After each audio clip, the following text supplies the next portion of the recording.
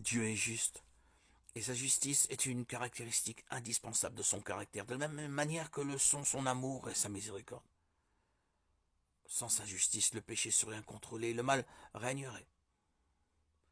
Il n'y aurait aucune récompense pour l'obéissance, car nous n'aurions pas de respect pour un Dieu dépourvu de justice.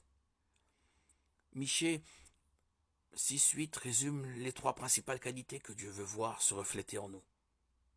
On t'a fait connaître, homme, ce qui est bien et ce que l'Éternel demande de toi. C'est que tu mettes en pratique le droit, que tu aimes la grâce et que tu marches humblement avec ton Dieu.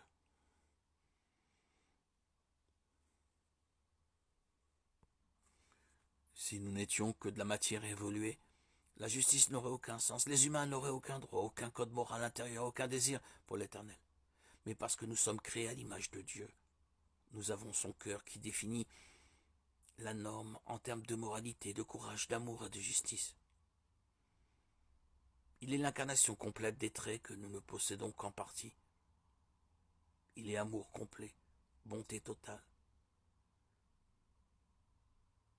et il est la justice complète. Ésaïe 61.8. Quand on dit que Dieu est juste, on parle du fait qu'il est parfaitement juste en ce qui est de traiter ses créatures. Dieu est impartial. Acte 10.34. Il a autorité contre le mauvais traitement des uns. Zacharie 7.10. Et il exécute parfaitement la vengeance contre les oppresseurs. De Thessaloniciens 1.6, Romains 12.19. Dieu est juste en distribuant des récompenses. Dieu n'est pas injuste pour oublier votre travail et l'amour que vous avez montré pour son nom, ayant rendu et rendant encore des services. Hébreux 6.10. Il est également juste en infligeant des punitions. Celui qui agit injustement recevra le salaire de son injustice. Et il n'y a pas de favoritisme. Colossiens 3.25. La justice et l'équité qui travaillent toujours main dans la main sont le fondement du trône de Dieu. Psaume 89, 14.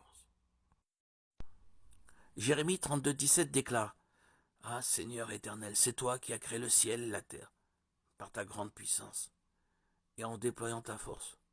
Pour toi, rien n'est trop extraordinaire. Même dans le royaume spirituel, ceux qui semblent plus éloignés du salut ne lui sont pas inatteignables. Marc 10, 25, 27. Et aussi grande qu'est sa puissance, son amour et sa miséricorde le sont tout autant. À tel point que par sa volonté, il a envoyé son propre Fils mourir sur la croix du calvaire pour payer le prix d'une humanité pécheresse. Il a fait cela afin qu'il puisse, en toute justice, pardonner à ceux qui se détourneront de l'orgueil et du péché pour se fier à Christ et à son œuvre achevée. Jean 3,16, un verset familier, fait état du si bel amour de Dieu. Dieu a tant aimé le monde qu'il a donné son Fils, son unique, pour que tous ceux qui placent leur confiance en lui échappent à la perdition et qu'ils aient la vie éternelle. Cet amour n'était pas seulement destiné aux justes, car il n'y en a aucun, mais pour nous qui composons ce peuple déchu, pécheur, incapable d'amour et rebelle. Romains 3, 10, 23.